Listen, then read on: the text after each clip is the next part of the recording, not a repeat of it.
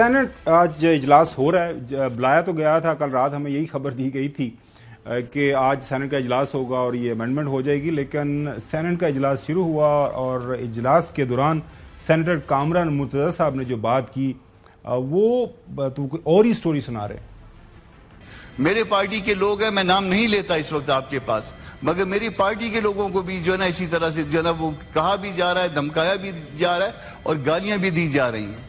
سر اگر آپ کے کسی سینیٹر کو، آپ کے کسی ایم این اے کو یہاں پہ گالیاں دے کے اور کہا جائے کہ آپ نے ووٹ جو ہے فلاں کو دینا ہے، فلاں معاملے میں ووٹ دینا اور فلاں معاملے میں ووٹ نہیں دینا، تو پھر یہ بڑی نقصان دہ بات ہو جائے گی۔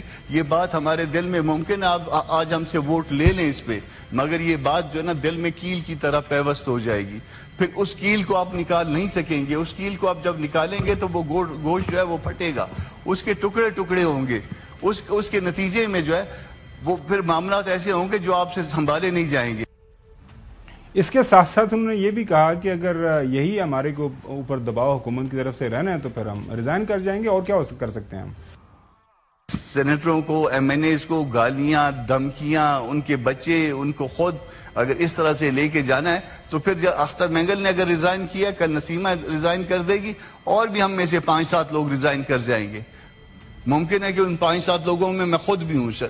پھر اس ہاؤس میں بیٹھنے کا پھر کوئی وجہ موجود نہیں ہوگی۔ اگر اس ہاؤس میں بیٹھ کے اس طرح سے بے عزتی کروانی ہے، اس طرح سے اپنے آپ کو خراب کرنا ہے، تو پھر اس ہاؤس سے باہر ہی ہم بھلے ہیں۔ اگر دستور کو اس طرح سے بنانا ہے، دستور پہ اس طرح سے ووٹ لینا ہے، دستوری امینڈمنٹس پہ اس طرح سے ووٹ لینا ہے سر، پھر اس کے بعد جو ہے نا اس دستور کا کوئی جو ہے نا وہ نہیں رہے گا۔ آج لیڈر اپوزیشن جو ہے عمر ایوب صاحب نے بھی اپنے کچھ ایم این ایز کے حوالے سے الزامات لگائے مبینہ طور پر، وہ کیا فرما رہے ہیں انہی کی زبانی آپ کو سنتے ہیں۔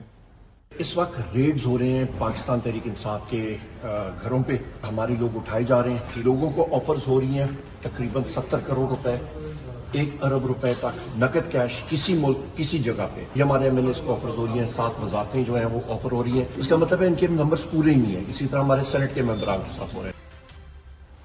جی نقوی صاحب، یہ کیا کروا رہے ہیں، کیا ہو رہا ہے؟ آپ کے پاس کوئی خبر ہے اس حوالے سے کہ یہ صرف سیاست ہو رہی ہے یا واقعی کامران مرتضی صاحب، پی ٹی آئی تو سمجھا وہ سیاست ہی کر رہے ہیں، اپوزیشن میں ہیں، کامران مرتضی صاحب تو کافی پڑھے لکھے ہیں اور ظاہر ہے ان کی ملاقات بھی ہو رہی ہے حکومتی لوگوں کے ساتھ، وہ کیوں یہ ایسی بات کرنے پہ مجبور ہوئے ہیں؟ دیکھیں، کامران مرتضی صاحب کی پارٹی کا اگر سچ بتا دوں گا تو آپ کانوں میں انگلیاں دے دیں گے، لیکن ہم نہیں بتائیں گے سچ۔ ہم نے تھوڑی ٹھیکہ لیا ہوا ہے سب کا سچ بتانے کا اور یہاں پہ لوگوں سے دشمنیاں پالنے کا۔ جو کر رہا ہے کرتا رہے، جو سیاست کر رہا ہے کرتا رہے۔ ہم کیوں آخر میں جا کے ہر دفعہ جو برائی کا ہار ہے اپنے گلے کے اندر باندھیں اور لوگوں کو سچ بتانا شروع کر دیں؟ نہیں بتاتے ہم سچ۔ جی حسن ایوب، یہ بھی وہ آپ نے پچھلے دنوں میں خبر دی تھی، وہ ان کے وہ وکیل بھی آئے ہیں کہ نہیں؟ وہ بھی غائب ہے، آپ نے بتایا تھا اسلام آباد کے اندر ہی کہیں موجود ہے، سکون کے ساتھ رہے، وہ جنہوں نے ملاقات انتظار پنچوتا صاحب، ہاں جی، ابھی آئے کہ نہیں؟ نہیں وہ ابھی نہیں ہے، ابھی وہ دوستوں کے پاس ہیں۔ اچھا، تو یہ کیا کہہ رہے ہیں؟ یہ کون؟ یہ بھی سینیٹر کامران مرتضی صاحب۔ کامران مرتضی صاحب جو بات کر رہے ہیں بالکل، اگر ان کے پاس کوئی اس کا ایویڈنس ہے تو بالکل قابل مذمت ہے۔ اگر یہ واقعی اس طرح کے واقعات ہو رہے ہیں، آنریبل پارلیمنٹیرین ہے، وہ پارلیمنٹیرین لیجسلیٹر ہے، اس کی ایک عزت ہے، تکریم ہے، اس کا ایک عہدہ ہے، مرتبہ ہے، اور وہ عوامی نمائندہ ہے۔ عوامی نمائندوں کی عزت ہونی چاہیے، اور کوئی اگر بے توقیری کرے جس طرح وہ فرما رہے ہیں کہ گالیاں دی جا رہی ہیں تو وہ انتہائی قابل مذمت ہیں، لیکن اس کا سولڈ ایویڈنس بھی ہونا چاہیے، اور ایویڈنس کی بیس کے اوپر اگر جس نے ایسی حرکت کی ہے اس کو قرار واقع سزا ملنی چاہیے، لیکن اس میں صرف لفاظی کی حد تک معاملہ نہیں ہونا چاہیے۔